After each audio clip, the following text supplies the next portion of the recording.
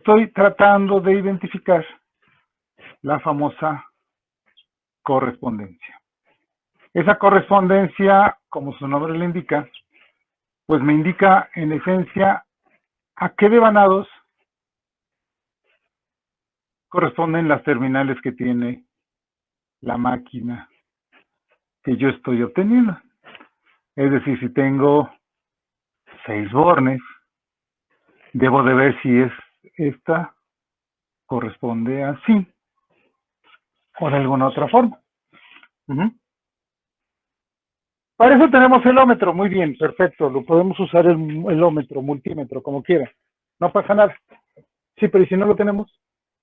Entonces hay que buscar una opción, una alternativa. Esa alternativa es precisamente la lámpara serie, que en su momento ya les comenté cómo se hace, cómo se fabrica.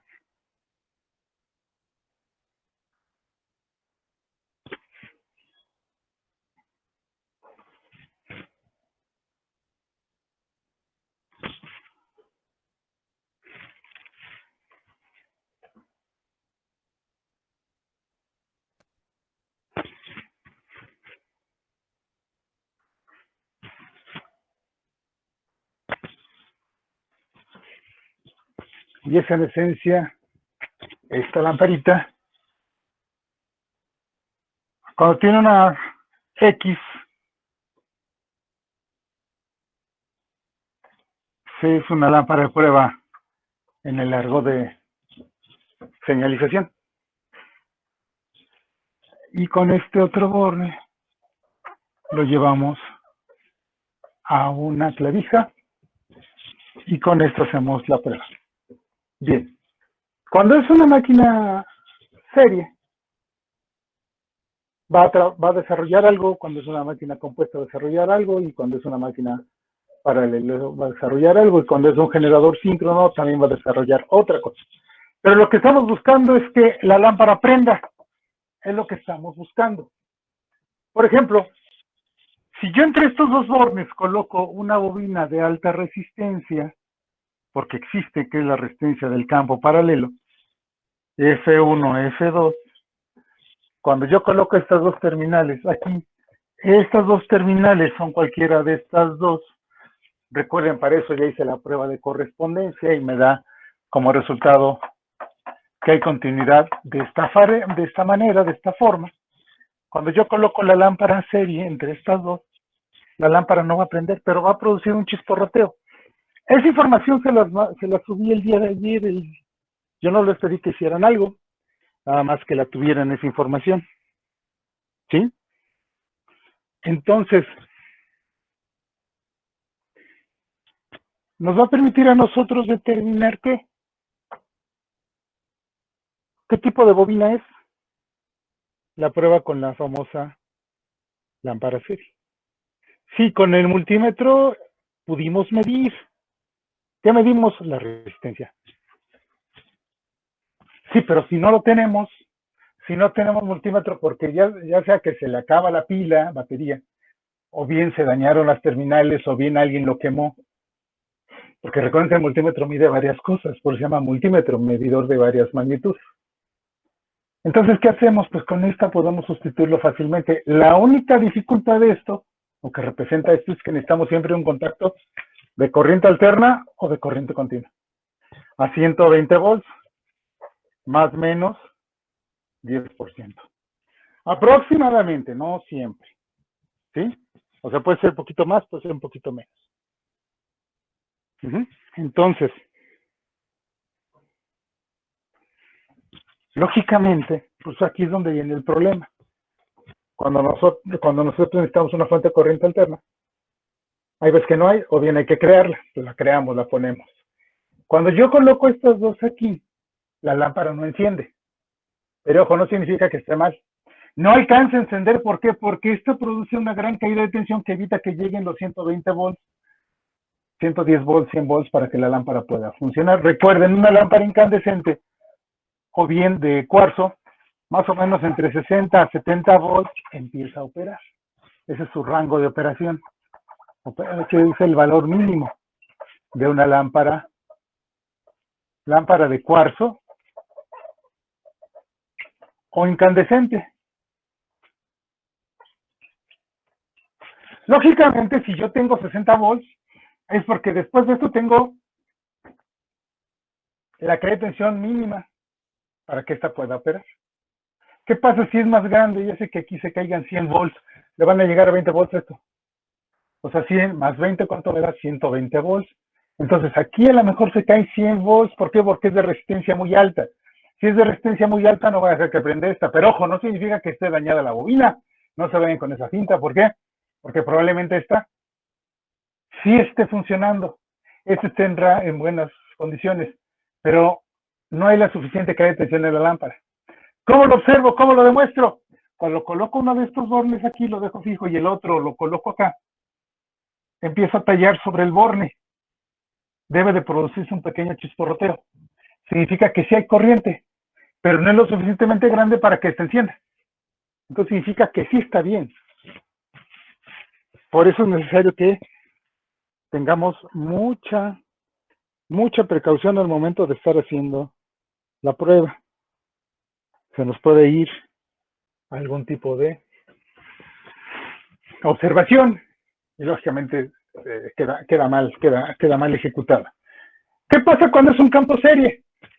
O sea, cuando es el campo paralelo, la lámpara no enciende,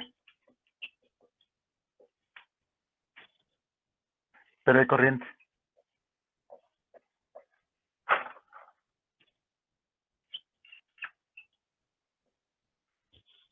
¿Qué pasa con el campo serie? Pues tiene menos resistencia.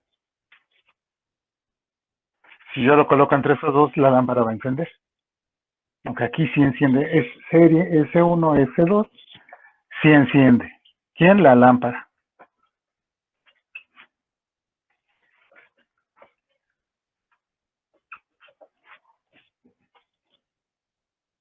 Si enciende es que hay corriente. Ahora la armadura. Ahí están mis dos terminales. A1, A2. Estas dos corresponden a cualquiera de estas, no sé cuál. Aquí la coloco. La resistencia de la armadura es baja. Comúnmente tiende a ser muy baja. Del orden de los valores del campo serie. Por lo tanto, va a encender la lámpara. Aquí es donde yo debo hacer la diferencia. ¿Cuál es uno y cuál es el otro para no confundirme? Cuando yo coloco la lámpara serie entre los bornes de la armadura, ¿sí enciende quién? La lámpara. Esa información que les subí el día de ayer, precisamente habla de esto. Cuando es generador de corriente continua, habla de esto, habla sobre esto, ¿sí? Entonces, lógicamente ya tienen ahí algún tipo de diagnóstico. ¿Qué pasa si es un campo serie y no enciende? Ya está dañado. ¿Qué pasa si es la armadura y no enciende? Ya está dañado. Pero ¿cómo identifico la armadura? Pues muy fácil. ¿Se acuerdan que les dije que teníamos que abrir la tapita? Cuando abro la tapita, aparece el conmutador. El conmutador tiene contacto con los carbones.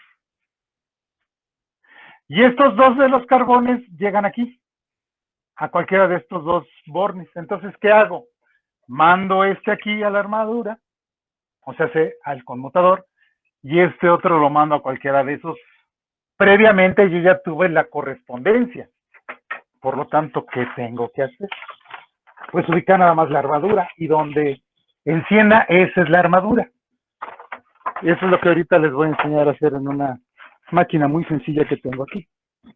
Entonces, lo mando a la armadura, el otro lo mando a cualquiera de los pares de terminales que están acá. Vamos a imaginar que el par más largo, la diagonal más larga, aquí lo coloco y aquí es donde la lámpara enciende. Significa que estos dos corresponden a A1, a A2. Este es el de mayor resistencia, F1, F2, S1, S2. Así es como se asignan las nomenclaturas de los diferentes devanados. Eso lo vimos en el motor compuesto o máquina compuesta. De hecho, lo hicieron con lo hice yo con el multímetro, pues así, así y así, en la aplicación. Identifiqué el número de ohms que tiene de resistencia. Pero lo real es esto. Esas máquinas son didácticas, entonces pues no nos dice gran cosa. El que nos dice es esto. Aquí los motores son parecidos a esto. Ahora bien, en este motorcito, es una máquina de corriente continua, voy a hacer la prueba. Ahorita la van a ver cómo la hago. Y va a ser con lámpara serie. Voy a identificar cuál de estos, aquí físicamente ya se observan. Estos dos son la armadura y estos dos son el campo. Sí, pero esto se aprecia, o sea, se aprecia aquí. No pasa nada. Pero ¿qué pasa o qué sucede cuando todo esto está encerrado? Pues difícilmente lo puedo identificar. Entonces, ¿qué tengo que hacer? Tengo que ejecutar estas acciones parecidas a lo que ahorita voy a hacer. ¿Sí, muchachos? Entonces, necesito que pongan mucha atención. Esto era parte de la introducción de la práctica, pero lógicamente como nos vimos inmiscuidos en el famoso puente, pues ya no lo podemos hacer bien. Voy a cerrar la cámara para nada más acomodarla y para hacer la prueba.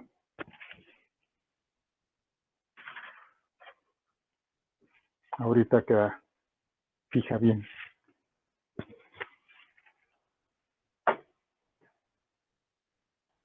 El problema de estas cámaras es que son muy sensibles a todo. La electrónica no está a la par de las necesidades, pero bueno. A ver. Quiero que observen, a ver si lo perciben. Voy a ver la cámara. Listo.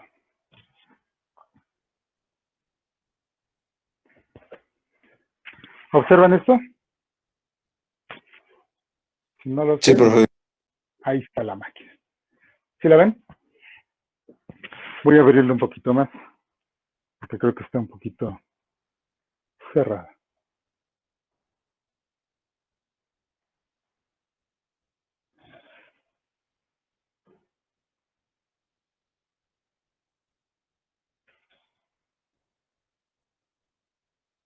Ahí está. Bien. Ahorita lo que voy a hacer es que con esta lámpara serie que tengo aquí, que es con la que ya hemos estado trabajando, fíjense. Lo que yo conecto entre estas dos, ahí está mi lámpara serie, si la aprecio. Lo que yo pueda conectar entre estos dos terminales, queda todo en serie a ella. ¿Se observa? El reflejo del lámpara a lo mejor nos causa un poquito de problema visual, pero bueno. Todo lo que yo conecte entre estas dos queda en serie. Por ejemplo, esta bobina de 600 terminales, de 600 espiras, perdón, que ya la hemos estado usando. Voy a probarle su continuidad. ¿Qué hago? Conecto una de las terminales de la lámpara en uno de los bornes, cualesquiera, ¿eh? Aquí no tiene polaridad porque se alterna. Y en el otro lo conecto. Observen, ¿qué pasó? Se encendió. ¿Qué significa? Que las condiciones eléctricas de la bobina están adecuadas. Permite el paso de corriente. Por eso prende la lámpara. Ahora bien, yo quiero determinar la continuidad en la máquina. Es decir, primero voy a determinar, estas dos son mis terminales de quién, del campo, y estas dos son las terminales de quién, de la armadura, porque así lo veo, aquí están las terminales de las escobillas, que son las de la armadura, ¿sí? Y estas dos son las del campo, estas dos negritas que tengo aquí, bien. Lo que debo de hacer, ya saben, primero es ubicar continuidad, pruebo esta con esta. Sí hay, pero ojo, dejo uno fijo. Estoy dejando uno fijo. Y el otro, aquí me está indicando que sí tengo continuidad. Me voy al otro, no hay continuidad. Significa que eléctricamente la armadura y el campo están aislados. Y aquí hago también la conexión y no hay continuidad. ¿Por qué? Porque esta bobina y esta bobina están separadas. Aquí sí hay continuidad. ¿Por qué? Porque es el mismo circuito. Hago lo mismo en la armadura. Hay veces que puede haber elementos electrónicos insertados o integrados en las bobinas. Hay que hacer la prueba a fuerzas en los dos. No hay que dar por hecho, es que si una no la hizo, la otra no lo hace. No, hay que hacerlo también. ¿Pruebo? Nada. ¿Pruebo? Nada. ¿Pruebo? Sí hay. Esa es la prueba de continuidad. ¿Pero qué creen? Yo observo que la lámpara prende igual. Prende en este par, como prende en este otro par. Yo no observo que pase algo diferente entre las dos conexiones. Yo veo que prende igual. Entonces, ¿qué debo de hacer? Pues debo limitar ¿qué?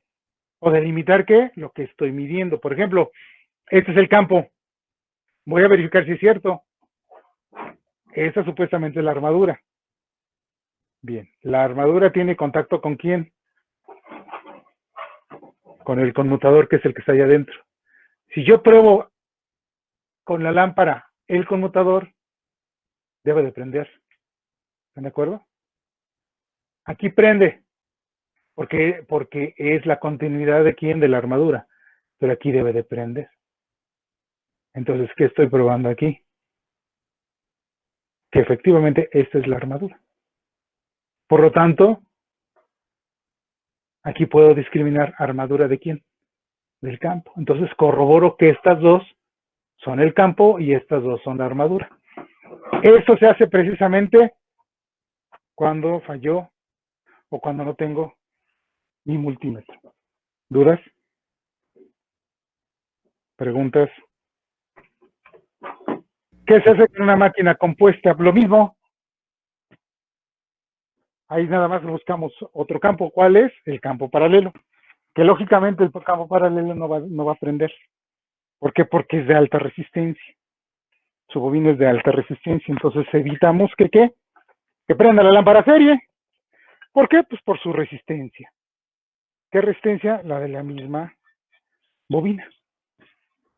Bien, voy a cerrar la famosa cámara. Listo. Voy a subirla.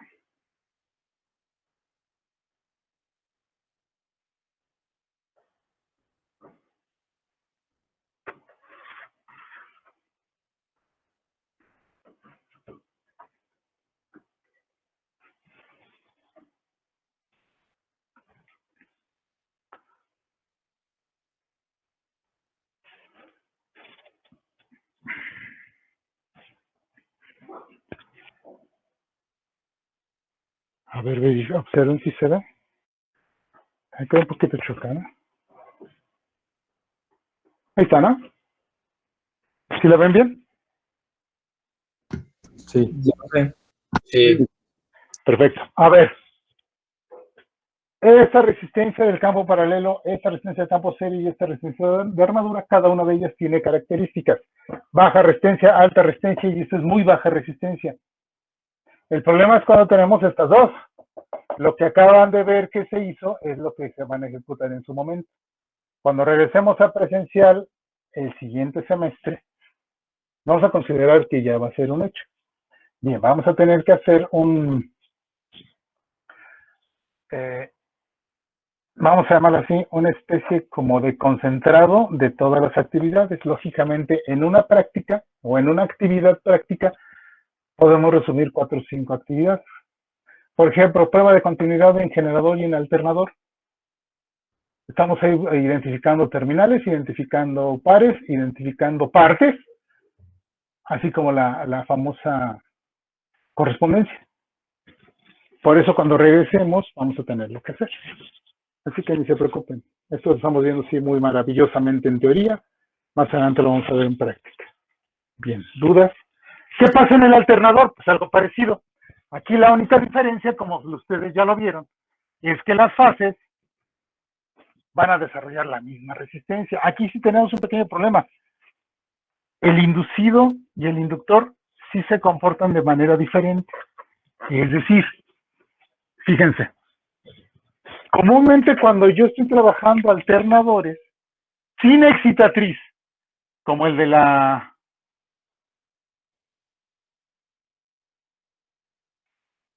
el de la simulación, yo tengo 2 anillos rozantes. 1, 2. Esos es mis terminales. Creo que eran 7 y 8. Ahí están mis terminales. Bien. Mis fases están alrededor de la máquina. La definición de alternador trifásico es aquella máquina que tiene sus devanados espaciados 120 grados uno del otro. ¿Qué significa esos espaciados? Pues que una bobina está a 120 grados, una bobina está en 0 grados, la otra está a 120 grados, la otra está a 120 grados de la inicial, o a menos, perdón, de la segunda, o a menos 120 grados de la inicial. Es decir, es esto. Esta es la fase A, que es la 1, 4, y esta va a ser la nomenclatura de toda la vida. Esta es la 5, 8.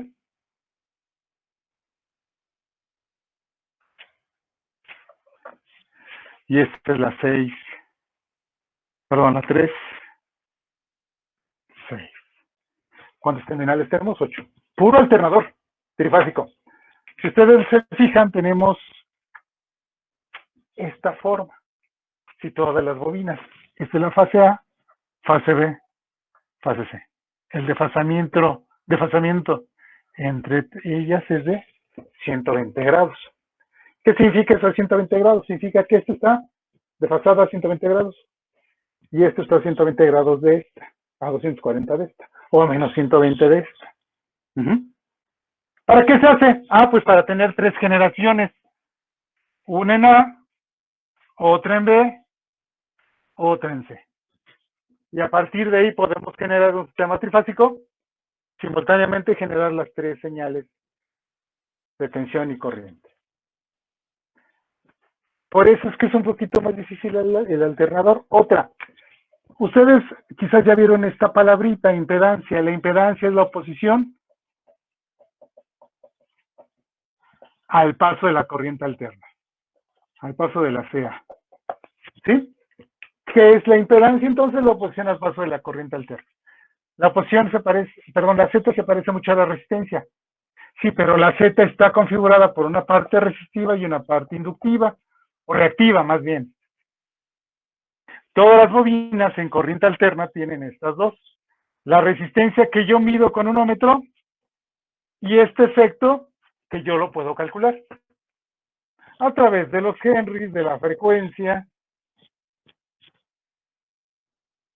de la velocidad angular, etcétera, etcétera.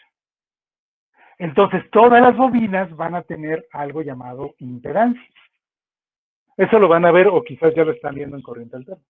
La impedancia es la oposición. Entonces, si estas bobinas les voy a aplicar corriente alterna o bien voy a sacar de ellas corriente alterna, van a generar una impedancia.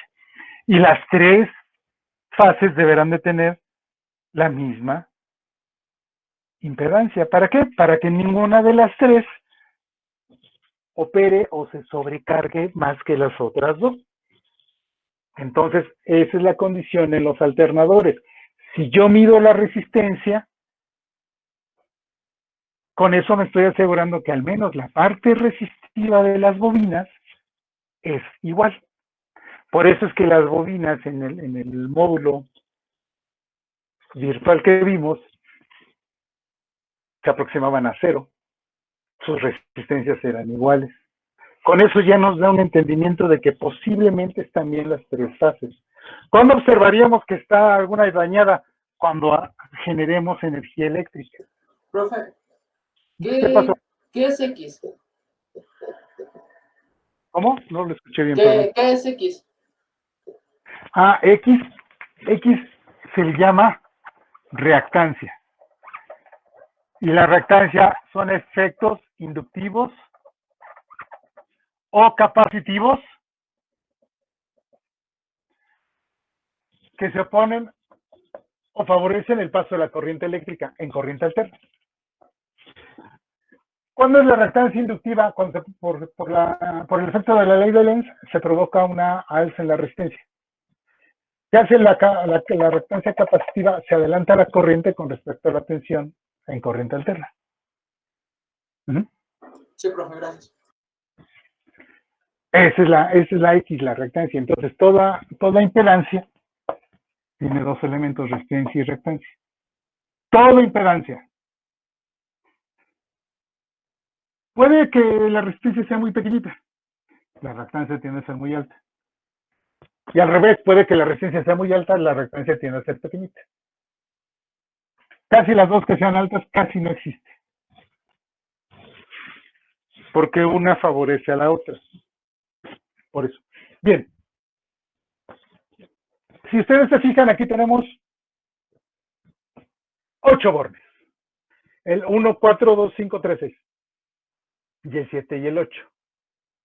Aquí la ventaja es que es una sola máquina que tiene únicamente el inductor y el inducido. Inductor e inducido. En las máquinas de corriente continua, los generadores específicamente, es al revés. ¿Cómo al revés? Sí. Fíjense. Aquí se los voy a poner. Aquí está de forma muy esquemática. Aquí tengo la armadura con su conmutador, sus dos carboncitos. Y aquí tengo la bobina serie. Voy a ponerla así. Así. 1, 2, 3, 4. 1, 2, 3, 4. Y sale. Este es S1, este es S2. Bien. Este es el inducido. O sea, quien recibe la acción del campo magnético. Aquí genero el campo magnético, aquí lo genero. Y aquí se produce campo magnético, el cual incide sobre las 3 bobinas, que llamadas fases. Sí. Aquí es al revés. Aquí el estator produce el campo magnético. Estos dos campos magnéticos del lado izquierdo del lado derecho inciden en el inducido, que es el que gira. Aquí produzco la E. Aquí produzco el campo magnético adentro. ¿Dónde produzco la E? Acá afuera. Esa es la diferencia entre las dos máquinas. Por eso es que estas sí pueden generar alta tensión. Estas no. Máximo 600, 800 volts. ¿Por qué? Porque aquí se producen arcos eléctricos. Aquí yo no lo puedo aislar, es muy difícil aislarlo en esta parte. Si se producen arcos eléctricos, salen de aquí y llegan hasta acá. O al revés, salen de aquí y llegan hasta acá. Poniendo en corto la armadura, ponen en corto la armadura, se quema. Aquí que se puede poner en corto, las fases no se pueden poner. ¿Por qué? Porque su misma disposición obliga a que estén aisladas unas de las otras. Aquí la máxima tensión que puedo tener entre este borne y este borne son 240 volts de corriente continua. No es gran cosa en términos de generación. Si estoy generando más o menos unos 50 kV, pues es poquito. ¿Están de acuerdo? Si estoy consumiendo 240 volts de corriente continua, pero a unos 15 o 20 amperes. Pues esos 50 kV me van a producir más o menos unos 25 o 30 amperes por fase. Y aquí es donde viene el problema, hay que conectar los delta estrella. Bueno, eso ya es independiente. ¿Alguna duda hasta ahorita? Entonces, ¿se dan cuenta cómo genero en un alternador y en un generador? La parte que se mueve es la que produce el campo en el alternador. La parte que se mueve es la que produce la tensión inducida con la cual alimentamos una carga cualquiera, de corriente continua, lógicamente. ¿Sí? ¿Alguna duda? Bien. Ahora, los generadores de corriente continua, según Faraday, Recuerden, esta es la expresión de la ley de Faraday.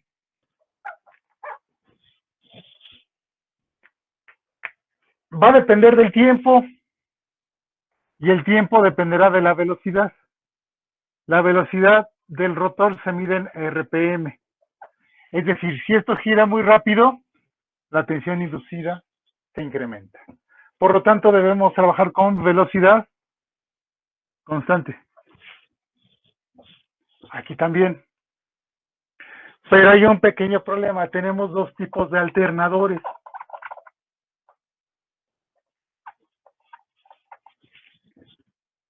Los que trabajan a alta velocidad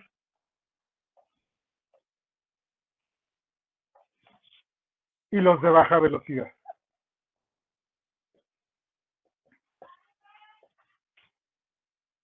Los de baja velocidad tampoco es muy baja.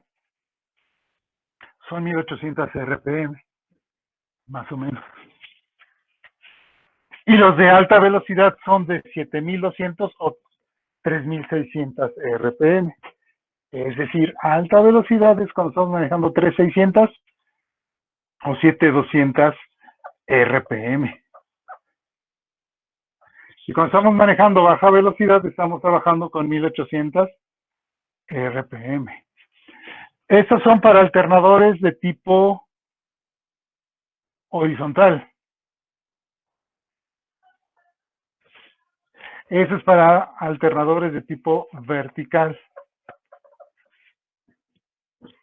Bien, cuando estamos usando alta velocidad, se dice que tenemos rotores o rotor de polos no salientes.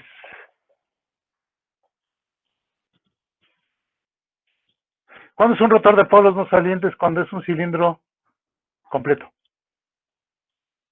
Y nada más se ven las ranuras. Recuerden que en las ranuras se colocan los cables con los cuales inducimos.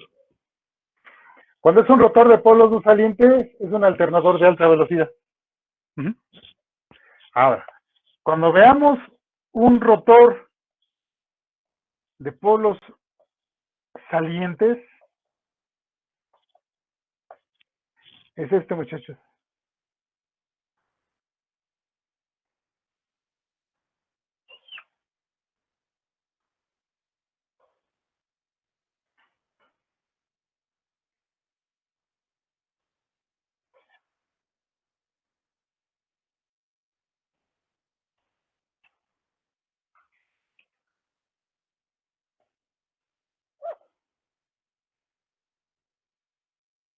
Y aquí colocamos las bobinas.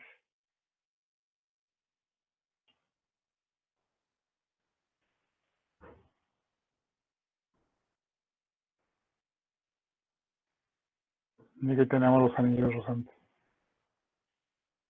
Aquí tengo los anillos rosantes sobre la flecha. Estos dos anillos van sobre la flecha. ¿Cuál es la diferencia entre uno y otro? Que este no dirige su campo magnético.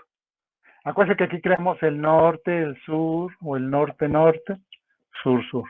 Es una máquina de 4 polos. Significa que aquí genera un norte, perdón, un sur, un norte y un norte. Aquí genera un norte, sur, norte, sur. Con esto yo lo dirijo. Con esto no lo dirijo.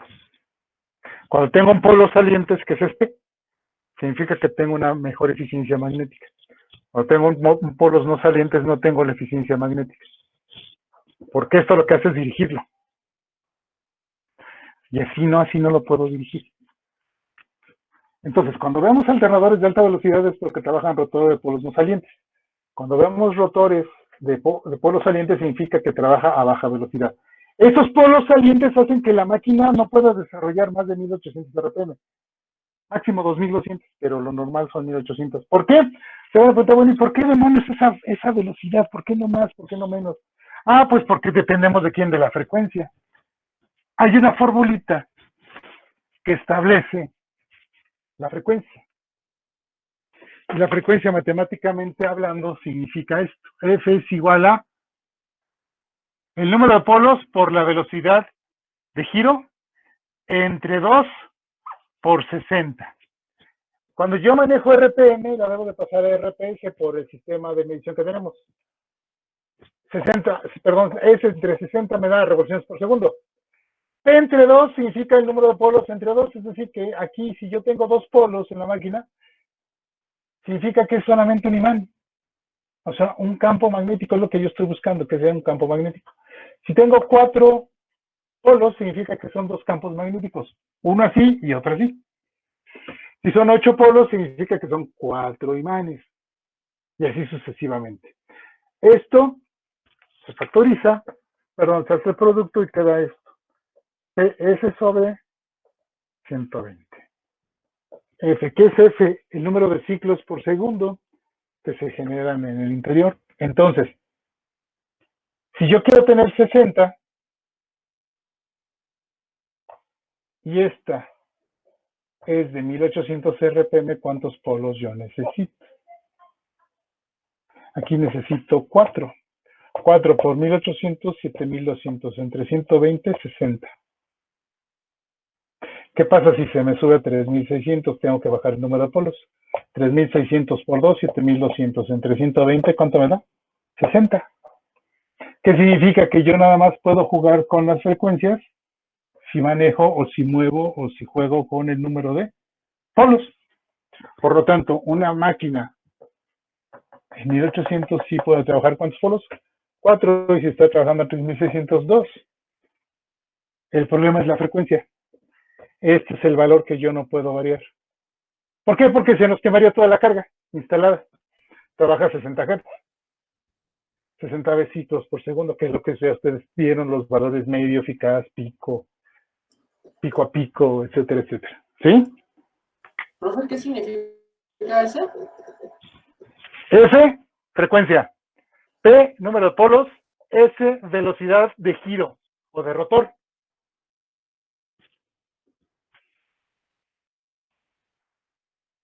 Los alternadores se clasifican así, en polos salientes y polos no salientes. Es otra forma de clasificarlos. También se clasifican en monofásicos, trifásicos, bifásicos. También se clasifican como campo móvil.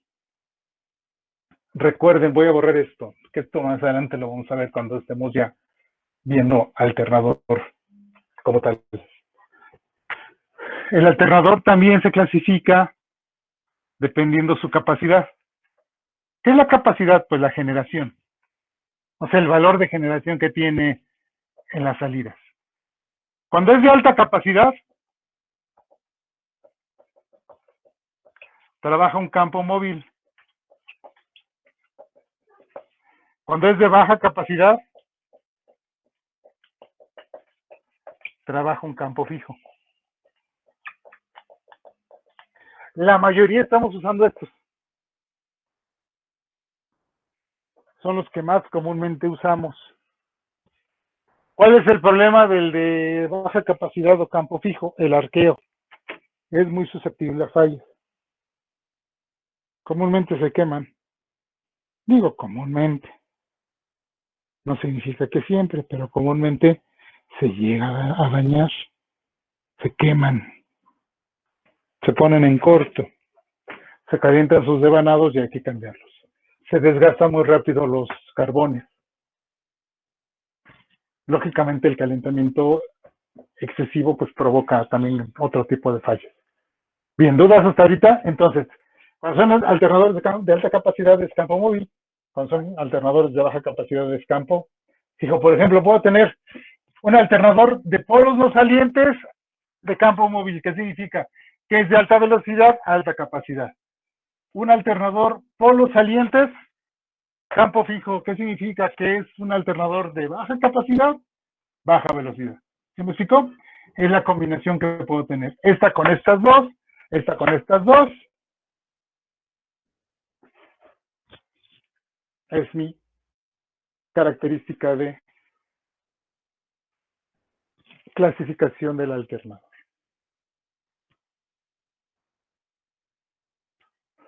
Campo móvil, campo fijo, polos no salientes, polos salientes. Ya se dieron cuenta cuál es la diferencia entre uno y otro. Uno, la velocidad. Dos, la eficiencia magnética. Estos son más eficientes magnéticamente hablando que estos. Recuerden, se construyen de aleaciones de acero al silicio y son laminaciones para evitar dos pérdidas, una por Foucault y otra por histéresis. Así, recuerden, eso ya viene también en sus notas que les he estado subiendo al Classroom. Bien, ¿dudas hasta ahorita? Entonces los de alta capacidad tienen 3600 RPM. Así. Puedo tener de esto, con este, pero también puedo tener de este con este. O sea, de baja velocidad en alta capacidad, alta velocidad, alta capacidad.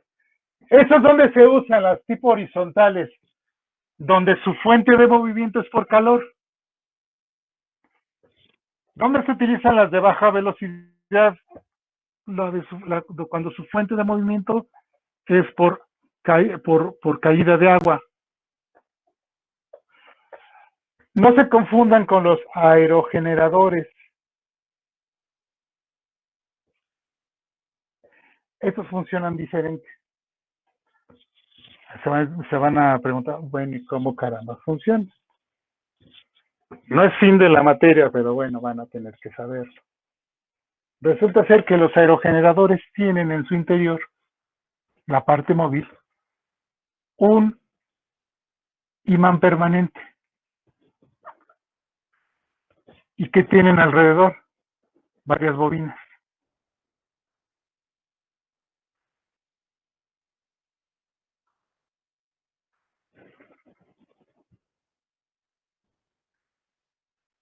Comúnmente son en pares. Bien. Aquí tengo la famosa asta. Bueno, Elise, ¿qué es lo que hacemos? Aquí entra el viento. Empieza a girar. Tiene un sensor de viento. ¿Qué hace ese sensor de viento? Resulta ser que el viento no siempre es constante. Siempre tenemos velocidades variables. Recuerden, el viento hace que se mueva. Muchas veces,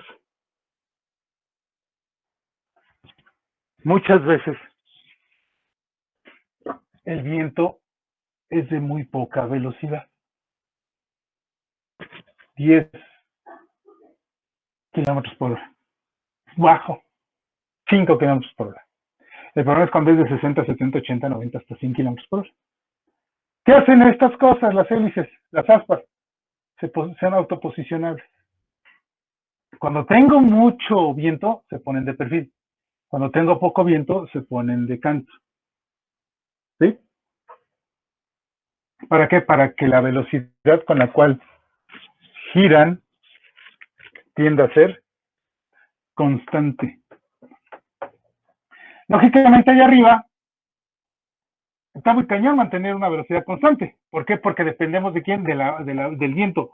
Cambios de presión, etcétera, etcétera. ¿Para qué? Para que puedan trabajar de forma adecuada. Recuerden, la velocidad es la clave. Si varía la velocidad, mi tensión varía.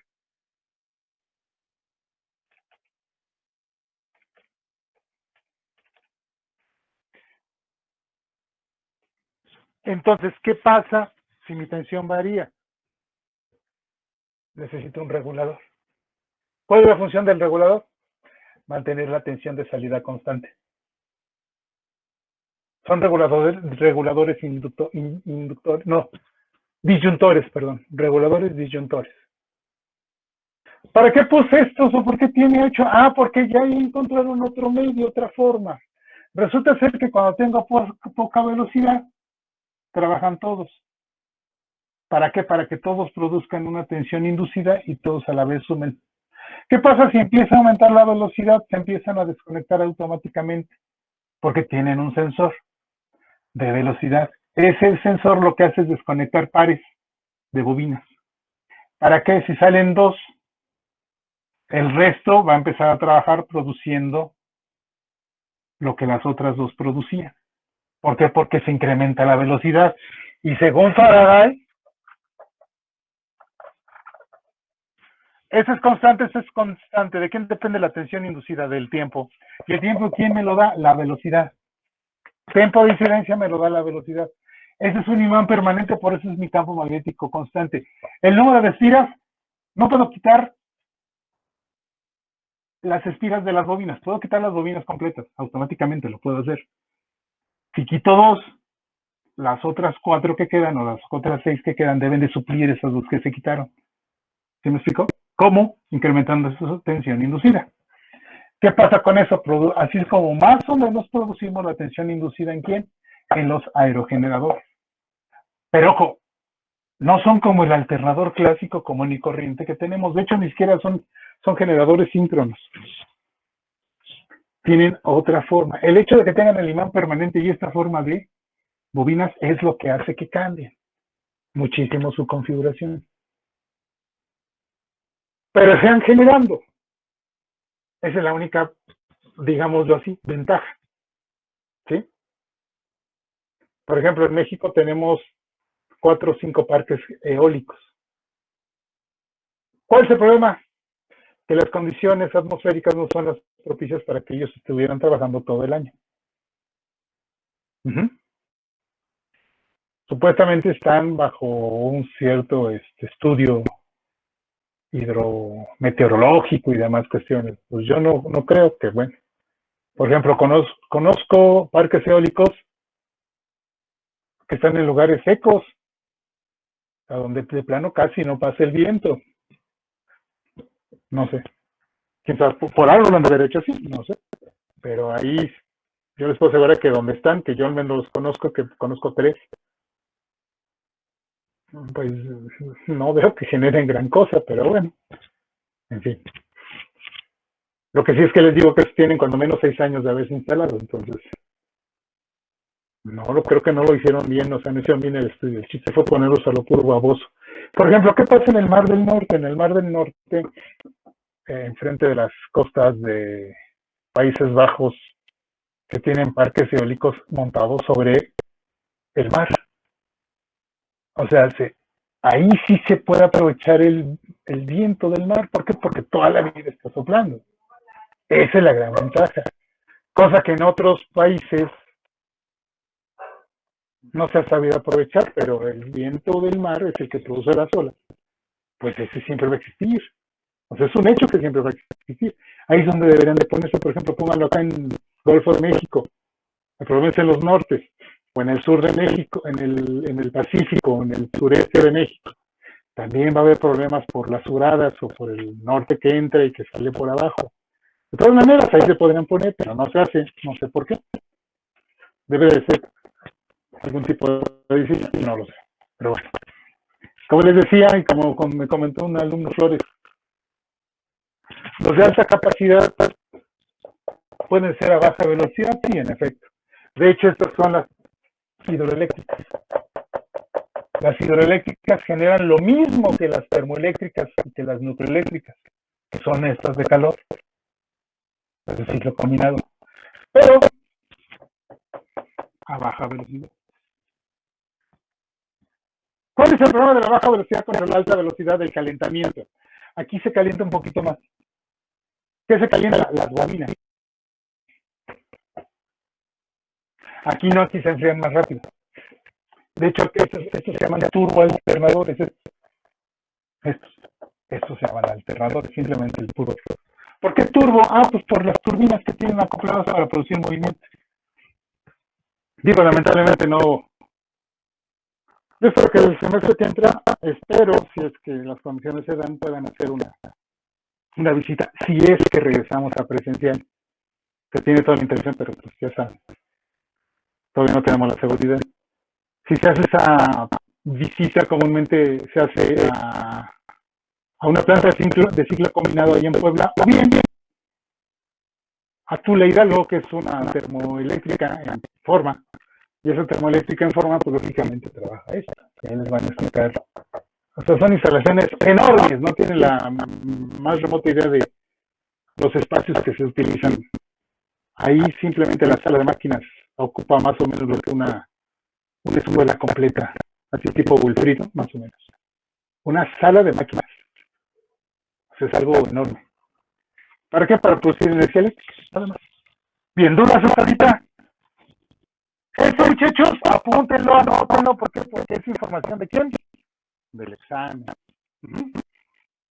De hecho, viene en las PDF que les subí de las partes, también viene integrado ahí, parte de esa información.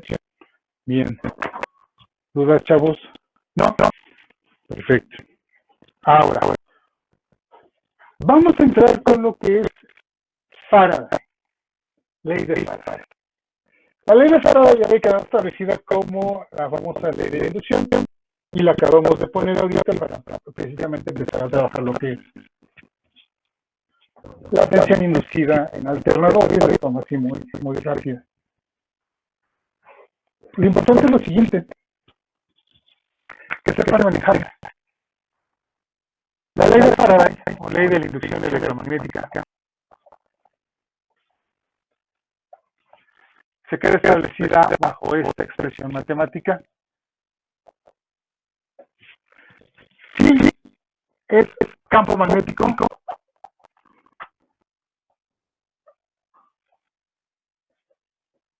en Weber.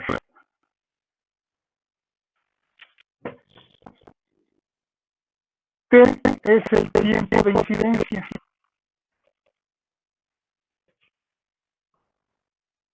¿Qué es el tiempo de incidencia? El tiempo en el cual el conductor está siendo afectado por un campo magnético. Se mide en segundos, donde N es el número de espiras. Ahora, E es la fuerza electromotriz inducida.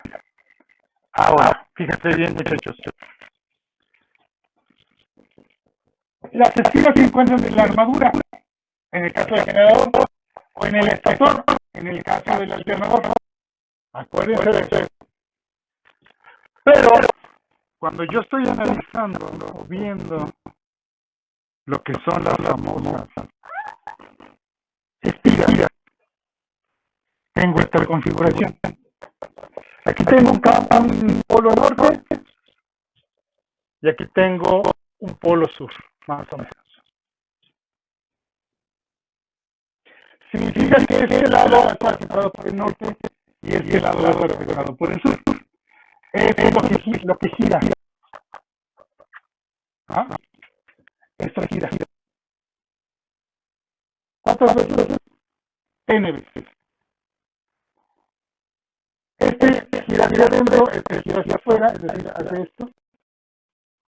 Después, una milésima de segundo después se encuentra este lado aquí y este lado acá. Estos se llaman lados activos. ¿Por qué se les llama así? Porque son los que están siendo influenciados por los polos norte y sur. Es donde producimos la famosa E. Esa. De un lado y del otro. Ambas se encuentran en serie, se suma esta con esta. La corriente es la misma. ¿Qué pasa si le doy más estiras? Las tensiones van subiendo. ¿Por qué? Porque esta, póngale 10 más, es 10 veces E. Y esa 10 veces E. 10 más 10, ¿cuánto me da? 20. Y si lo subo al doble, 40E. Y si lo subo al doble, 80E. Y si lo subo al doble, 160E. Y así sucesivamente. Se dan cuenta que dependemos del número de espiras. ¿Qué pasa si yo las pongo en paralelo? Las corrientes del grupo de espiras se van a sumar con respecto a las que tenía anteriormente. Es decir, si las pongo en paralelo, pongo otro bloque, otro bloque, otro bloque, otro bloque, ¿qué va a pasar con sus corrientes inducidas? Se van a sumar. ¿Se me explicó? Por eso la resistencia de la armadura son pequeñitas, porque están en paralelo y si la resistencia es muy pequeñita, la total es la más pequeña de las pequeñas. Entonces va a ser muy pequeñita. Estos lados se llaman lados activos, donde produzco la E. Este lado se le llama lado posterior, que es el lado que nos permite unir lado activo con lado activo. ¿Por qué se le llama posterior? Porque este lado se le llama lado frontal. Y el lado frontal es donde saco la energía inducida. Aquí va conectada al conmutador o a las terminales que salen del alternador. ¿Se me explicó? Dicho de otra manera, esta sería la 1.4. Y si tengo otra bobina, la 2.5. Y si tengo otra bobina, la 3.6. ¿Sí?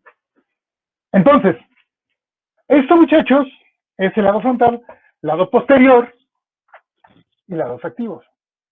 Los lados activos son los que reciben la acción del campo magnético de la bobina. O sea, son los lados de la bobina que reciben la acción del campo magnético y es donde se produce la tensión inducida. Lado posterior es el lado que permite la unión entre lado activo y lado activo. Y lado frontal son los lados que van a conectarse a la salida para obtener la tensión inducida ¿en dónde? En los lados activos. Aquí se puso una. Muy bien. ¿Dudas? Fíjense. Se dice entonces que una N es igual a 2 conductores. Este conductor y este conductor son los lados activos. ¿Quién los une? Un lado posterior, perfecto, sí, pero los que me interesan son estos dos. Son los lados activos. Por eso es que tengo 1 y 2 conductores. Esa es una norma. Una espira equivale a 2 conductores. ¿Qué significa? Que si yo tengo espiras, así queda. Pero si yo tengo conductores,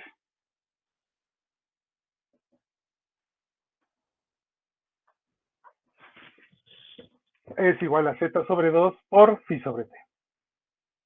Así cambia la ley de Faraday. ¿Alguna duda? Voy a borrarlo aquí.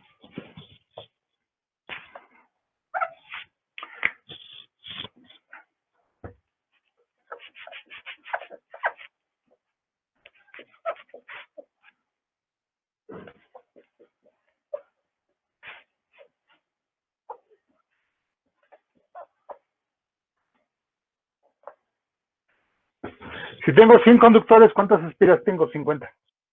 Si tengo 1000 conductores, 500 espiras. Si tengo 500 espiras, tengo 1000 conductores y así sucesivamente. ¿Por qué es necesario? Porque hay otra ecuación. Esta es muy fácil de verla. Ahí está. Sí, pero eso no me indica gran cosa basándonos en los parámetros del generador o del alternador. ¿Por qué? Porque son parámetros diferentes. Si yo nada más tengo eso, o sea, esto es una velocidad de tiempo de metros sobre segundo. Y esto no da metros sobre segundo, esto da revoluciones por minuto. Entonces tengo que convertirlo. El número de espiras no nada más depende de los lados activos, depende de otras cosas. Entonces cambia la expresión de la ley de Faraday. ¿A dónde cambia? A lo siguiente. Fíjense, muchachos. La ley de Faraday queda de la siguiente manera. Tensión inducida promedio es igual a ZP phi S sobre 60A. ¿Y esto qué significa? ¿O eso qué me da a entender cada una de esas expresiones, de esos numeritos literales? Fíjense. Z, ya lo acabamos de ver. Conductor. P, polos. Phi, campo magnético. En Weber. S, velocidad de giro.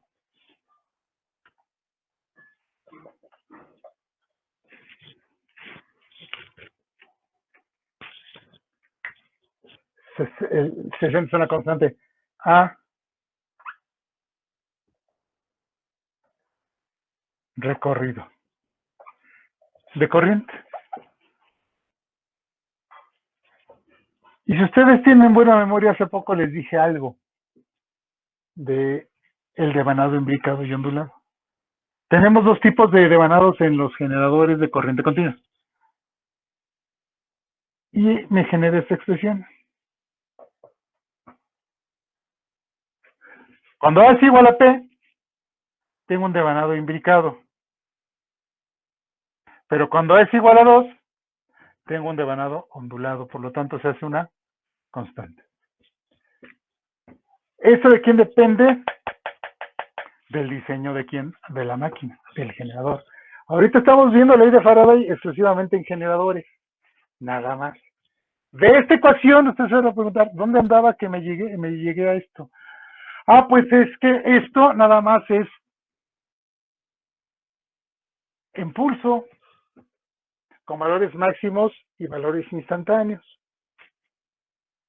Pero aquí es una tensión promedio inducida. Es decir, es lo que yo tengo en la armadura, partiendo de estos datos para poder cederlo a una carga. ¿Me interesa este? No, este es el que menos me interesa. ¿Cuál es el que me interesa? Este. Este es el mero bueno. Ahora usted se van a preguntar, bueno, ¿y para qué caramba lo quiero? Ah, pues simplemente voy a necesitar conocer el rendimiento y la regulación de la máquina. ¿Para qué? Para que nosotros podamos dar un diagnóstico. Que es lo que precisamente el siguiente parcial vamos a trabajar. Bien, pues le seguimos. Fíjense, vamos a aplicar esta formulita. Pero esta formulita como tal son datos. ¿Datos de quién? De la máquina. Simple y sencillo. Son datos de la máquina que lo vamos a utilizar. Vamos a hacer problemas referentes. Primero a Faraday y después a esto. Bien. Primer problemita. Pongan atención. Comúnmente vamos a buscar la fuerza electromotriz inducida. Nos establece lo siguiente. Es un campo magnético en el cual yo tengo una espira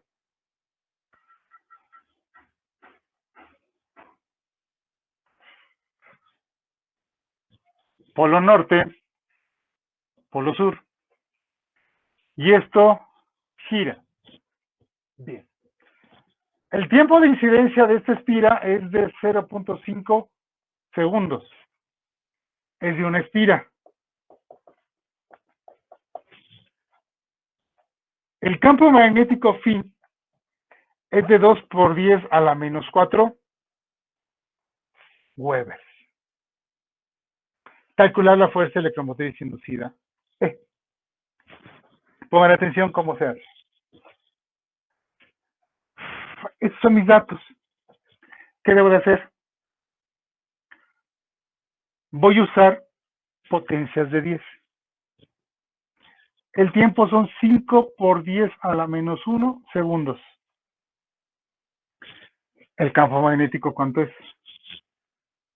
2 por 10 a la menos 4 Weber. ¿Ah? N es igual a 1.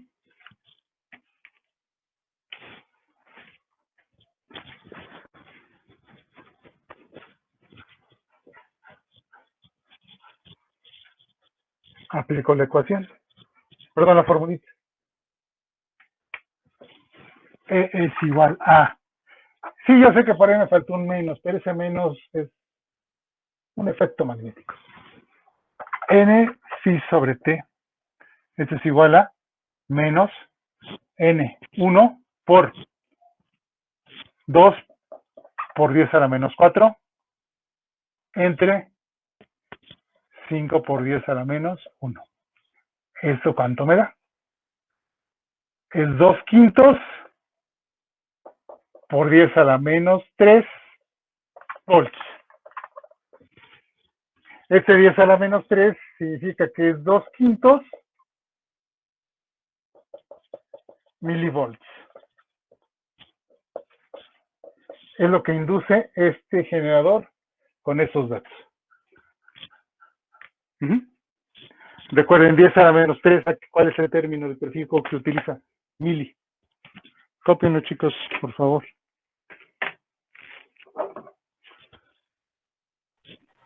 Profesor, ¿podría mover un poco su cámara a donde están las ecuaciones? ¿Así?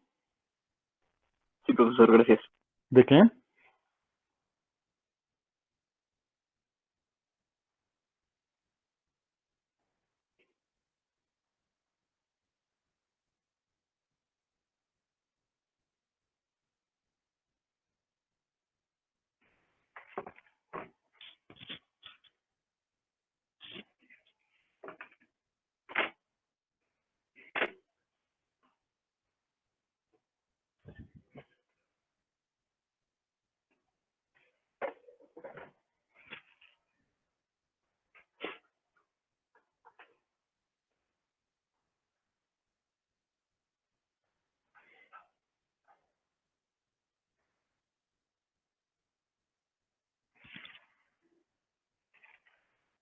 Disculpe, profesor, ¿por qué sería 2 quintos por 10 a la menos 3?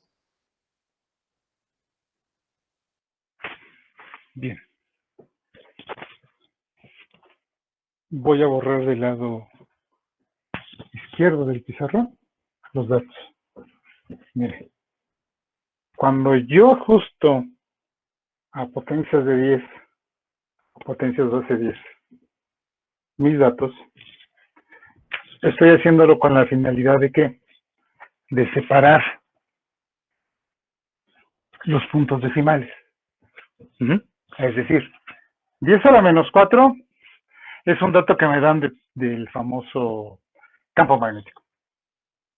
O sea, es 2 por 10 a la menos 4 Weber. Weber significaría 2 por 10 a la 3 líneas de campo magnético, es decir, 2000 líneas de campo magnético. 2000 líneas de fuerza. Pero la línea de fuerza no se emplea aquí, nada más que se emplea el Weber en sí como una especie de unidad, sin necesidad de hacer tanta disminución o tanto generación de otro elemento. Entonces, 2 por 10 a la menos 4. El tiempo, que eran 0.5 segundos, lo hago a la menos 1. ¿Sí? ¿Qué pasa con esto? Cuando dividen y multiplican. ¿Cómo sube? 10 a la menos 4 por 10 a la 1. ¿Qué le pasa a esto? Se resta, ¿no? Y este es este. El número de espiras es 1, lo sustituí tal cual. El campo magnético es 2 por 10 a la menos 4 y el tiempo de incidencia es 5 por 10 a la menos 1. Ahí está. Es 2 quintos. 2 quintos por 10 a la menos 3. Este menos 3 tiene un prefijo, es un prefijo. Mili. Si hubiera sido 10 a la menos 2, centi. Si es a la menos 1, deci. ¿Están de acuerdo? Entonces es 2 quintos de milivolts. Ahora, 2 entre 5 serían 0.4, ¿no? 0.4 milivolts. Eso es lo que estamos produciendo. Ahora, vamos a cambiarle a esto. Ahora, esta bobina es esta. Pero ahora, en lugar de que la bobina gire, el campo magnético es el que va a incidir. Es decir, es el que se va a mover. Por lo tanto, entonces, ¿qué va a pasar con los datos? Vamos a cambiarlos. ¿Cuáles van a ser? Prácticamente el campo magnético y el tiempo de incidencia se mantienen. ¿Qué es lo único que cambia? El dato de la espira, 600. Entonces, ¿qué debo de hacer? Esto multiplicarlo por ¿cuánto? 600 por 0.4 son 24 milivolts. ¿Estamos de acuerdo? Pero vamos a hacerlo completo. Ahora, en lugar de que sean 600, perdón, que sea una, van a ser 600. Es decir, es esto. Ahí están mis fórmulas. N es igual a 600. Phi es igual a 2 por 10 a la menos 4. El tiempo de incidencia es exactamente el mismo. 0.5 segundos. O sea, 0.5 segundos, aunque se ve poquito tiempo, es un tiempo muy lento en generación. Estamos comúnmente hablando milésimas de segundo. Entonces, ¿cómo queda ahora el problema? Pues simplemente de la siguiente manera. Fíjense, chavos. Aplicamos lo mismo. Menos 600 por 2 por 10 a la menos 4 entre 5 por 10 a la menos 1. Esto es igual a 600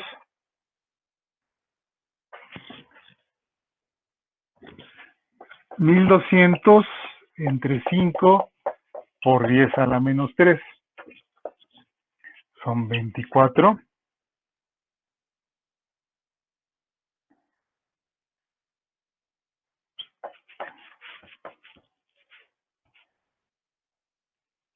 No, 240 por 10 a la menos. Esto es igual a ¿cuánto?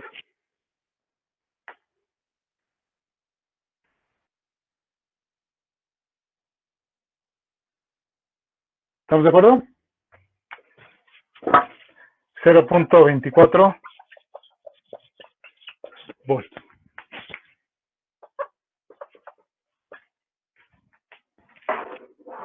¿Dudas, chicos? ¿Ninguna?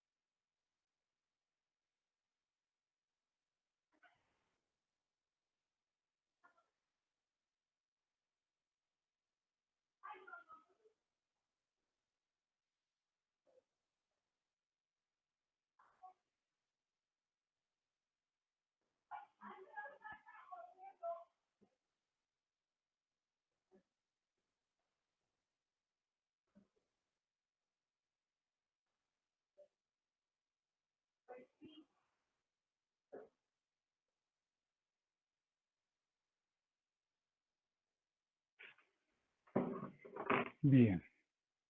Ahora, hay otra forma en la cual se expresa la ley de Faraday.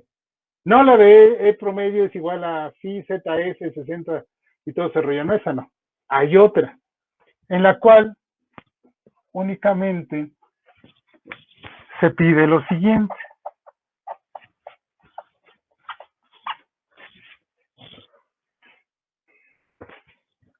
Y esta ya también en su momento la habíamos visto cuando empezamos a ver la famosa ley de la inducción. Y beta, que es la variante, se mide en teslas. La L se mide en longitud. ¿Qué longitud del conductor?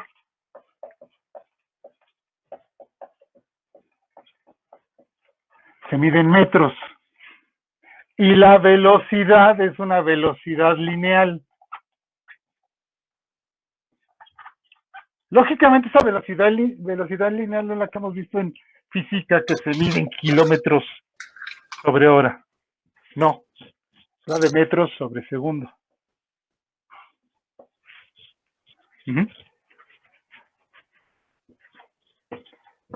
Y N, regresamos a este término. Espiras. Las espiras en que se miden en vueltas. Esa es otra forma de ver la ley de Faraday. También le falta el negativo. El negativo es ley de Lenz. Es un efecto electromagnético que ahorita ya lo van a empezar a comprender más fácil. ¿Por qué? Porque ya vamos a ver, tanto en electro como aquí en generadores, la famosa reactancia inductiva. Y la clave de la reactancia inductiva es precisamente la ley de Lenz. Esa es la clave. Bien, pues vamos a hacer un problemita en este sentido. ¿Para qué? Para que el día miércoles hagamos los de promedio inducida y ya. Listos para el examen. ¿Qué pasó? ¿Alguna duda? ¿Todo bien? Bien. Un generador tiene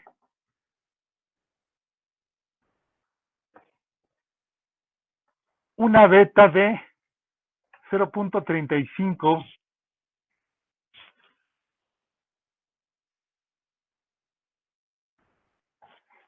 no, 3.5, perdón, 3.5 Weber sobre metro cuadrado. Esto es Tesla, ¿eh? Hay veces que los datos vienen muy rimbombantes, ¿para qué? Para que se confundan. Recuerden, si ustedes tienen bien la parte teórica, ya lo hicieron. Weber sobre metro cuadrado es Tesla. Siempre va a ser así. Bien. Siendo la longitud del conductor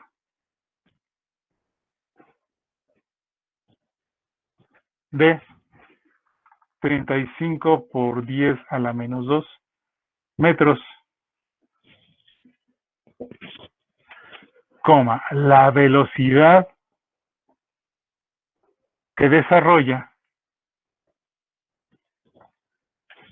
recuerden, metros lineal, perdón, velocidad lineal, la velocidad que desarrolla es de 5 metros sobre segundo.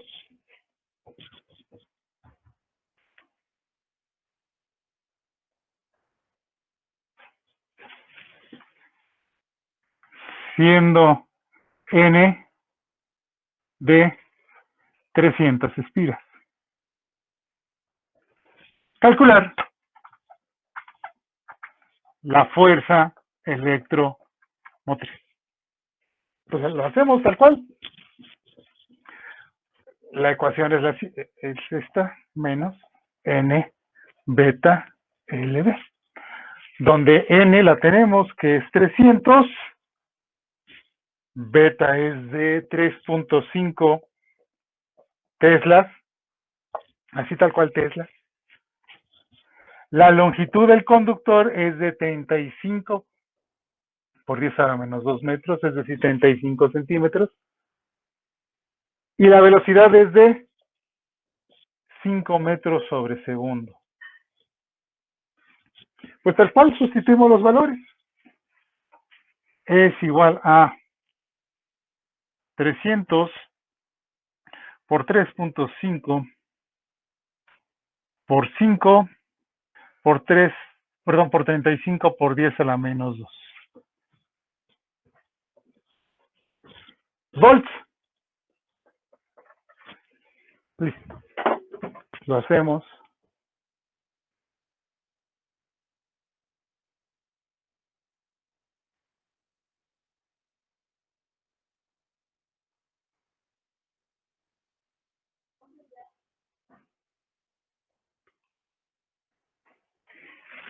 Me va a dar una tensión inducida de 1837.5 volts. O sea, sé que en una bobina con esas características estoy produciendo 1837.5 volts. Y es que estos Teslas en este valor es un valor muy alto. Y 5 metros sobre segundo también es una velocidad extremadamente elevada. Y en el interior de un generador, pues sí es bastante, diríamos, en el término del diseño. ¿Dudas hasta ahorita? ¿Todo bien, muchachos? ¿Seguros? Cópienlo, muchachos. ¿Dudas? ¿Todos bien, seguros? Sí, todo bien, profesor. Perfecto, muchachos, cópienlo.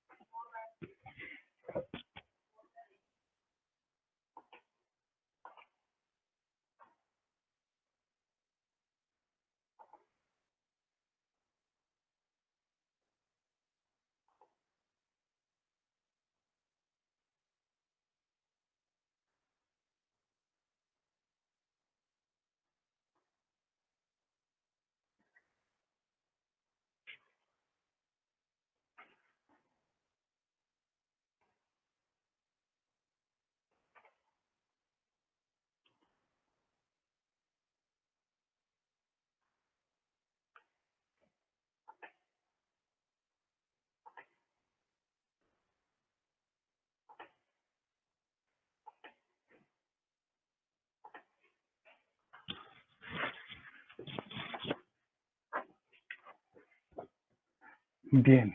Ahora vamos a incrementarlo en cuanto a dificultad. Dificultad en el sentido de cálculos, no de crean que de Yo, matemáticas. profe, una pregunta, Dígame. ¿va a dejar una actividad para más, bueno, para hoy? O no me deja actividad? No creo por. Es que cree que haya posibilidad de que me salga, me dieron antes, bueno, ahorita de su clase, es que tengo una situación familiar. Sí, ¿Sí puede salir? Ok, muchas gracias, sí, profe. sí, Muchas gracias, profe, sí, gracias. de qué no agradezco. Gracias, profe. Recuerden, esta matemática que estamos usando es algo muy sencillo. Si se dan cuenta, nada más es pura sustitución y no es gran ciencia. ¿Estamos de acuerdo? Entonces, lo más que puede venir es calcular un término partiendo de otros para que ese término calculado lo apliquemos dentro de una ecuación. Es decir, la velocidad va a ser muy difícil que la calculemos. Prácticamente imposible. La longitud también eso es un dato que a fuerzas tiene que venir. La que probablemente sí calculemos sea la densidad. N sí de plano tampoco, ese no lo tienen que dar, es parte de la máquina como tal. No lo puedo inventar. El que sí puedo calcular es beta, la longitud, insisto, esta no, y esto tampoco. O sea, son datos de placa, son constantes. ¿Qué pasa con la densidad? Recuerden, chicos, vamos a ponerlo así. La densidad es la cantidad de líneas de campo magnético que se establecen en un imán. Aquí tengo el norte y aquí tengo el sur. Observen. Estoy poniendo aquí un electroimán, el cual se conecta a una fuente de corriente continua con su rióstato de campo. El rióstato de campo lo que hace es variar la tensión y la corriente aquí. ¿Qué pasa si yo varío la corriente y la tensión? Si varío la corriente, varío los amperes vuelta. ¿Qué son los amperes vuelta? La fuerza magnetomotriz. Si yo varío la fuerza magnetomotriz, ¿qué estoy variando? El campo magnético. Si yo varío el campo magnético, ¿qué varío? La densidad de campo. Por lo tanto, si varió la corriente, varió el campo magnético. Si varió el campo magnético, varió la beta. Entonces, esos valores son constantes. El único que es variable a voluntad es el campo, la fuerza magnetomotriz, la densidad de campo y la intensidad de campo. Son a voluntad. ¿Por qué? Porque son los que yo puedo variar. ¿A través de quién? De un rióstato de campo. ¿Se dan cuenta de la importancia de un rióstato de campo? O sea, con la matemática yo puedo averiguar comportamientos, chicos. Yo sé que difícilmente les han dicho que la matemática sirve. Claro que sirve. No les sirve pues a la gente que no la va a aplicar con todo lo que es su concepto, su definición, su aplicación, su entorno. O sea, si ustedes les han dicho que deberían enseñar la matemática aplicada, pues sí, nada más la pura suma, resta, multiplicación y división es lo que deberían de saber. No, muchachos, si yo aplico esto, si yo sé que la matemática variando valores puedo variar muchas cosas, ahí es donde nosotros podemos ver el sentido real de la matemática. Entonces, si yo varío esto, varío todo. Si varío densidad, varío fuerza electromotriz inducida, varío corriente de salida, varío carga, varío todo. Solamente varío una cosita. Me genera muchas, es un efecto dominó. Variando una, varío todo. Hay valores que no los puedo variar, son constantes. A eso se llaman valores constantes. ¿Por qué? Porque no los puedo variar a voluntad, sino que ya están fijos. Son valores que no fácilmente yo los puedo modificar. Y si los modifico, modifico todo el comportamiento de la máquina. Eso es lo que quiero que ustedes se den cuenta, niños. La matemática va pegada a esto. En este caso, una matemática muy simple, pero cuando vean matemática más avanzada, se van a dar cuenta del porqué de las cosas de una forma más fácil. Bien, un campo magnético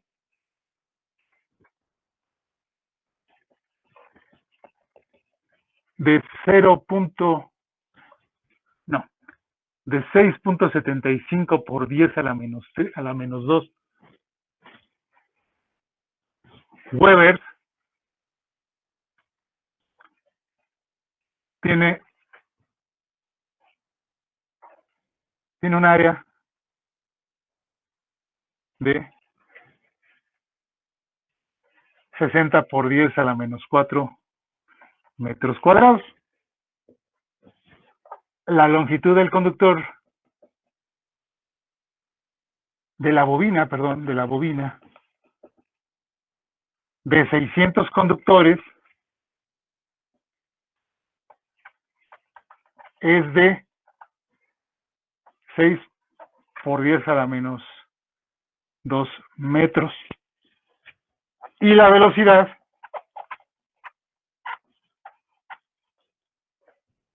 es de 2 metros sobre segundo.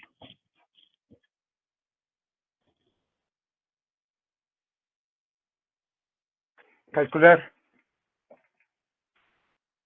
la fuerza electromotriz inducida.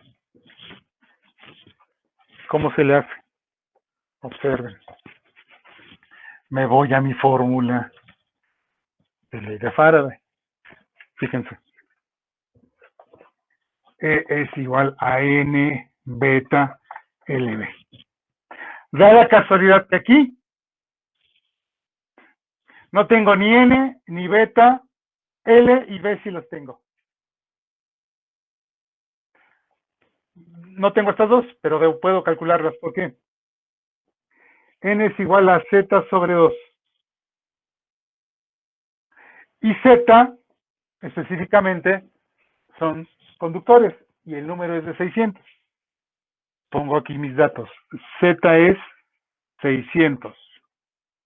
El campo magnético phi es de 6.75 por 10 a la menos 2 Weber.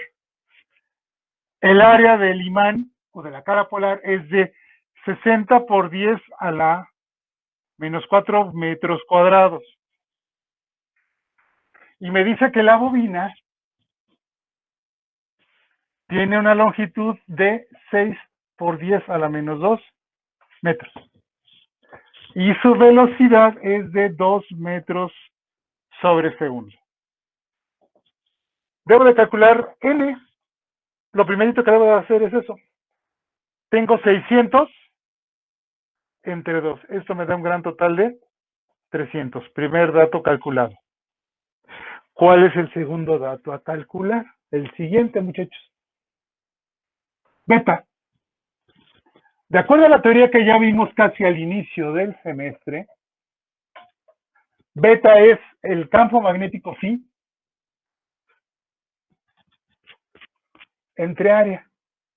Es decir, son las líneas de campo magnético que se establecen en la unidad de superficie ¿de quién? De la cara polar. Entonces, beta es phi sobre área. Sustituyendo, tengo el campo magnético phi. 6.75 por 10 a la menos 2 Weber entre el área 60 por 10 a la menos 4. Esto es igual a 6.75 entre 60 por 10 a la 2.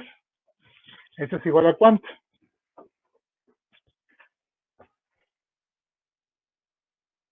6.75 entre 60. 0.1125 por 10 a la 2. Lo convertimos y nos queda que es 11.25 teslas. ¿Sí? Ahora, voy a calcular la fuerza electromotriz inducida. ¿Por qué? Porque partiendo de estos términos, ahora sí, ya los tengo completos. ¿Qué hago? Sustituyo.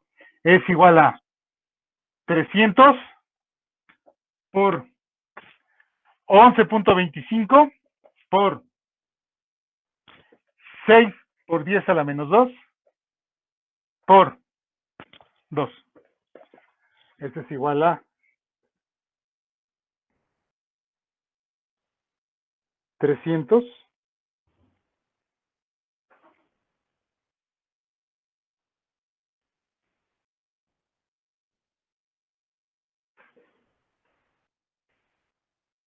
por 11.25 por 6 por 2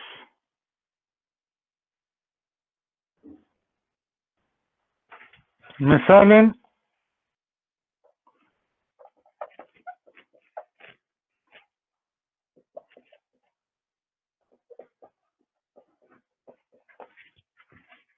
'Listo. ¿Dudas?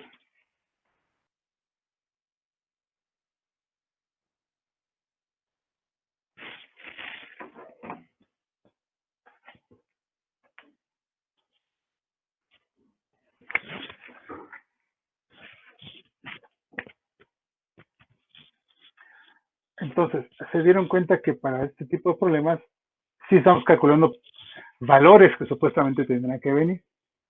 Bueno, son cálculos muy simples, muy sencillos que van a depender de quién, de lo que ustedes hayan captado, de su observación, de su capacidad de discernir entre elementos que tengo. No se vayan a confundir, que aparecen datos diferentes y que ustedes tal cual los tomen. No, deben de ubicarlos. Precisamente para eso están estudiando carreras básicas de ingeniería. ¿Sí? ¿Dudas? ¿Ninguna, seguros? Cópilo, muchachos. ¿Esto queda bien? ¿Quedan de acuerdo? Pues creo que sí. Perfecto. Cópilo, chicos.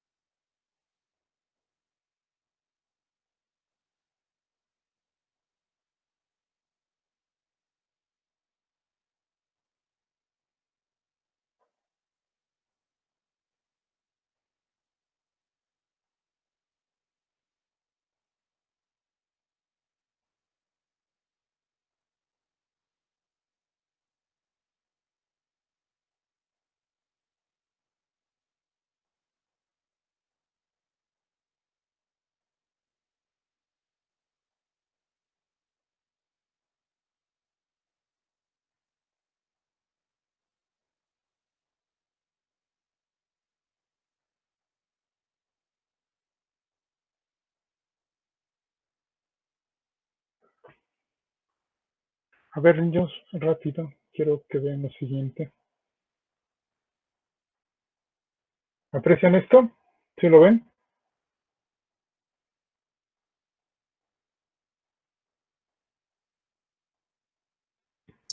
Sí, sí se ve.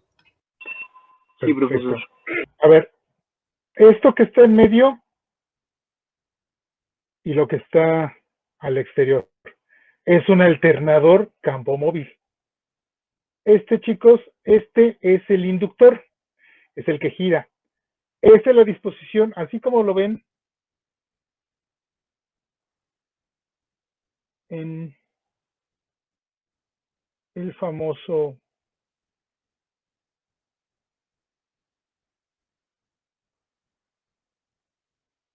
esquema 1, 2, 3, son mis fases de inducido. Es decir, esas son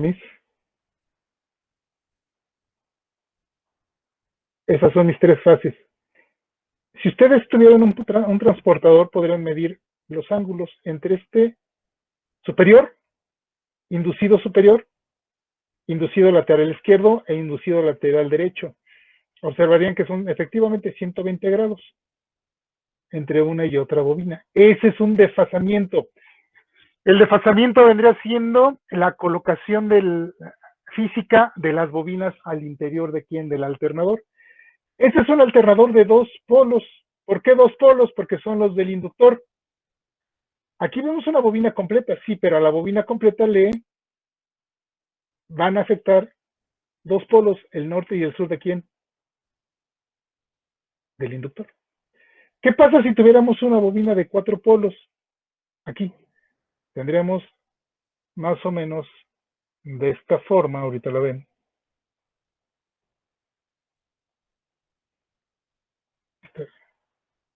Tendríamos más o menos por acá otro polo aquí. Aquí tendremos norte, sur. Pero ¿qué pasaría aquí en estas bobinas? Tendríamos que aumentar otra bobina, es decir, otra aquí al ladito. Arriba, aquí, o acá. Igual aquí, o acá. Igual aquí, o acá. ¿Para qué? Para que lo que produzcamos se vaya al doble. ¿Por qué? Porque si tengo un doble campo magnético, debo de aprovechar esa duplicidad de campo magnético. ¿Sí me explicó? Entonces, le meteríamos otra bobina a un lado de la que ya tenemos fija. ¿Para qué? Para tener el doble de tensión y el doble de corriente. Ahí es donde nosotros podemos asegurar que tenemos una máquina en alta tensión o en alta capacidad de generación. Porque sí, podemos tener una máquina 480 volts de corriente alterna. Sí, pero que me esté soportando, me esté entregando 500 amperes. Eso no cualquier máquina lo hace. ¿Sí me explicó? Ojo, no se vayan con la finta con que la alta capacidad son altos valores de tensión, no. La alta capacidad o el alta capacidad se refiere en esencia a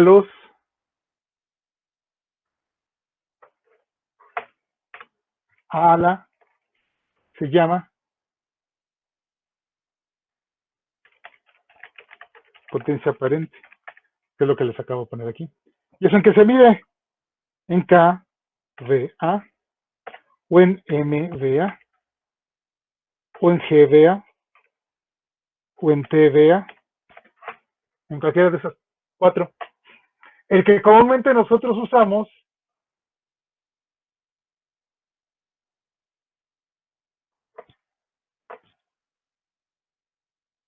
son estos dos, kVA y mVA. ¿Qué significa mVA? Megavolts amperes, o sea, millones. Kilovolts amperes, miles de volts amperes. GVA, gigavolts amperes.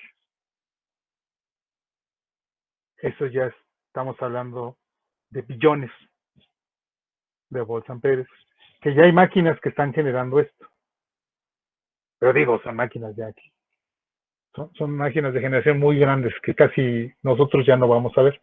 A no ser que vayan a ingeniería y consigan alguna plaza en alguna central de generación eléctrica, probablemente ahí sí lo ven. Pero va a ser muy difícil que lo veamos así en el acostumbrado normal, no. Eso es muy difícil. Estos son los más comunes. Por ejemplo, las plantas estas que trabajamos mucho en Home Depot, las famosas plantas de luz, así les llaman. Están mal escritas, pero bueno, así se les llaman.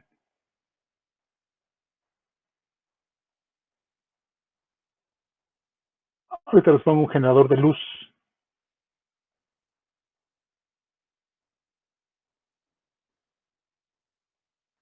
Vean la clasificación, ¿cómo les dicen? Dejen ver una fácil.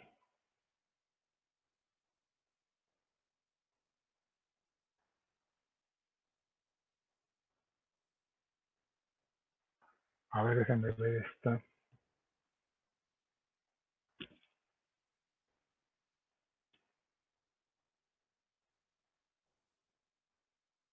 Interrumpo esta que estábamos viendo. Fíjense, ahorita vamos a presentarles rápido, ya para cerrar la clase. Fíjense. Es de Mercado Libre, pero observen, de hecho es un generador portátil, ustedes se fijan, tiene sus dos rueditas. Ahí se ve lo que es la parte del monitoreo. Este monitoreo es extremadamente importante porque pues sé que nos dice cuánto está teniendo aquí el voltmetro.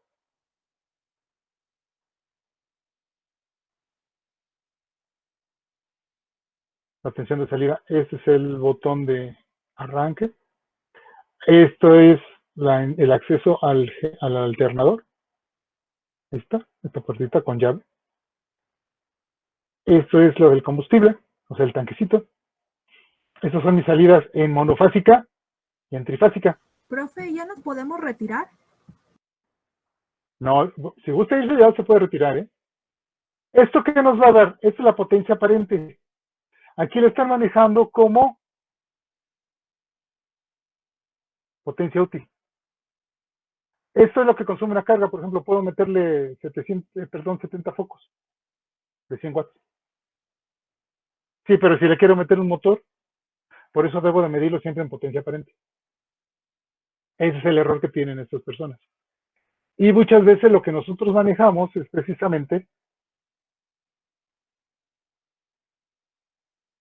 el valor de potencia aparente, que es con el cual dimensionamos realmente las fuentes de energía en corriente alterna.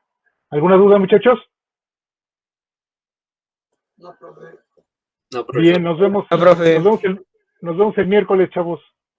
Vale, profe. Hasta luego, profe. Recuerden, el examen es el lunes Hasta luego, de la semana profe. entrante. Cuídense.